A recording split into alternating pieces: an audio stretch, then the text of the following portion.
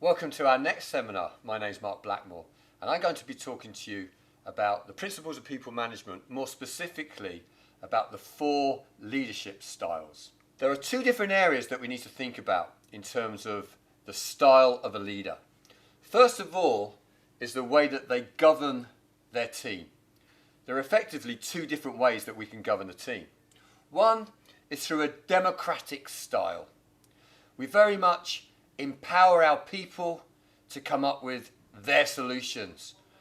It isn't up to us as the leader to tell them what to do. It's up to them to come up with the best ways of doing it. Or there is an autocratic style. It's my way or the highway. Very much this style tells the individual exactly what is expected from them and what they should be doing. The second area that we need to look at is how we interact with our people. Firstly, we very much have a backline interaction. What we mean by this is that the leader stands behind the team as they're at the coalface. The second style is a frontline interaction style. This means this is the leader of the pack. It's that wolf who very much strides from the front. So once we've identified the 2 different styles of a leader, we can start to then identify the 4 leadership ways and approaches. So our first style is our frontline autocrat. This is our Braveheart.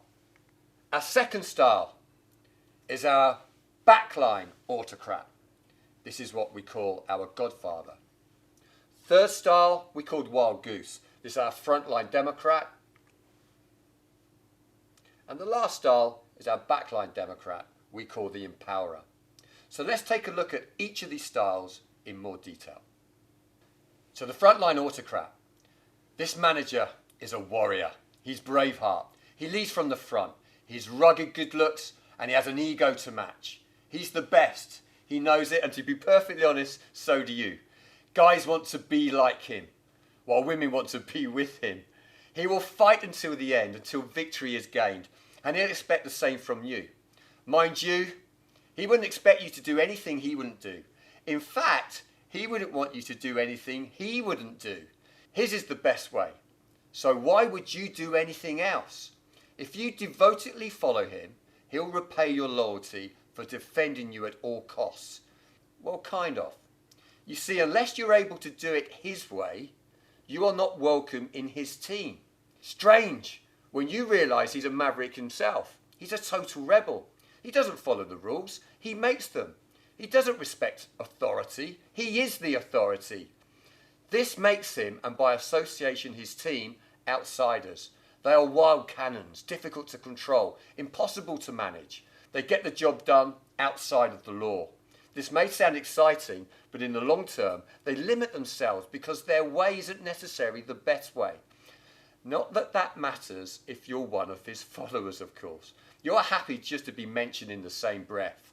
If you ever leave this team, you'll still meet up for beers with the guys later on, reminiscing about the old days, and raise your glasses to the greatest team that ever was. So what is this guy's personal motto? Well, he lives by the sword and dies by the sword. It's death or glory. What is this team leader's key value? Well, it's commitment from his followers that's absolutely key to him. And what are their strengths? Well, their strengths are absolutely the ability to do his people's job. He wouldn't expect you to do anything he couldn't do. But what is the weakness of this style of leadership? Well, quite frankly, it's his myopic view as to how it should be done.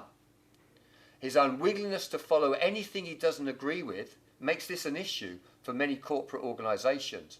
So who are these sort of people? Some of the famous people you may think of. We've portrayed Mel Gibson as Braveheart here. Maybe Alan Sugar from The Apprentice. Or Gordon Ramsay with his fantastic, quite frankly, unique style of leadership. So let's go on to our next style, the Backline Democrat.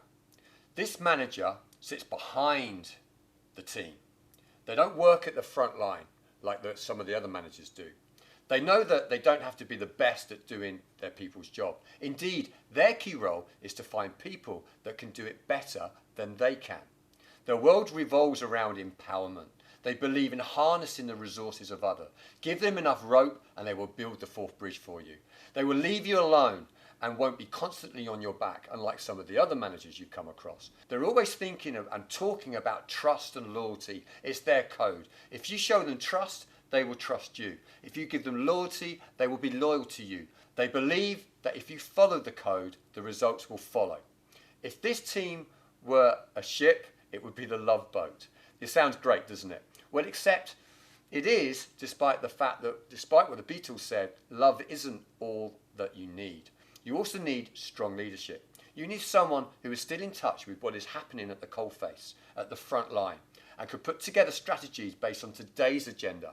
This manager potentially is unwilling, perhaps scared, to get out there and do the job that they expect from you. They're worried.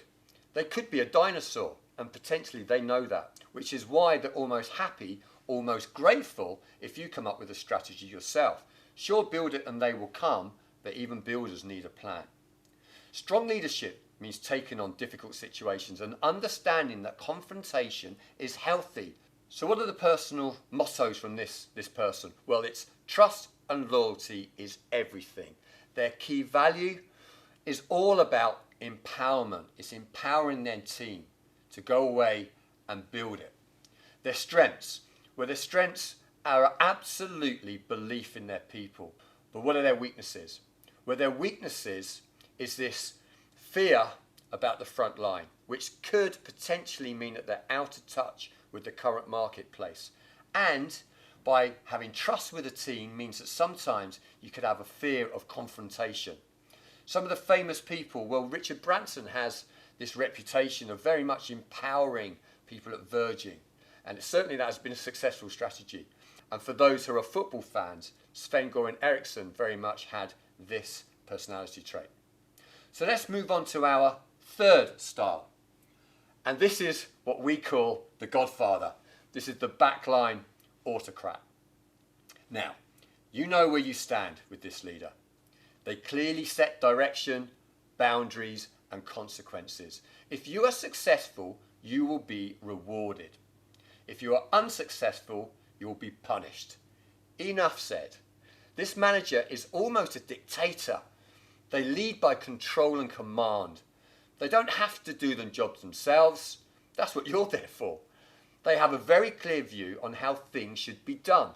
And as one of their direct reports, you appreciate the clear, simple direction that they give you. There are no grey areas, like you've experienced with some other managers that you've worked for. You are given clear direction with clear measurables that can be defined and are objective. Sure, they're tough, and when you miss target, you take the consequences, but do a good job and they'll look after you. Their guidance and strategy is based around what worked for them in the old days. Their approach is limited in a changing world, however. Things have moved on, but they haven't. Try to point this out and the response will be less than appreciated. In their world, they are paid to know everything, not you. Knowledge is power, and power is the only currency worth owning. To be a backline autocrat, you need ultimate authority. It's all over the minute they show weakness, the minute they concede that they don't know something, or worse still, admit that they are wrong. This is a large step down a very slippery slope, and the only outcome is a coup. This constant paranoia about a future mutiny makes them incredibly insecure. This concern over their lack of competence is covered up by shouting even louder at their reports. Their failures are taken out on those that work for them. You are to blame, not me. In my day, that would never have happened. These are the sort of lines that you will hear. But this manager gets results, and they deliver best when their back is up against the wall. In the long term, however, they often find it difficult to breed loyalty within this team, and they constantly need to reinforce their authority. So what is their personal motto? Well, it's my way or it's the highway. What do they value? Well, their key value is very much control within their team. What are their key strengths? Well, the key strengths of this individual is very much their clarity of direction. It's the fact that there is no misunderstanding between you and them. And in the short term, they are incredibly successful. They really do bring in the results. Possible weaknesses for these people is actually they motivate, but their motivation is through fear. Some of the famous people that you may think about in this sort of area. Politics, Margaret Thatcher certainly had a reputation for this. And back to the footballing theme, perhaps Alex Ferguson. They're the sort of people that potentially would have this style. Now let's move on to our final leadership style, which is the wild goose, the frontline Democrat.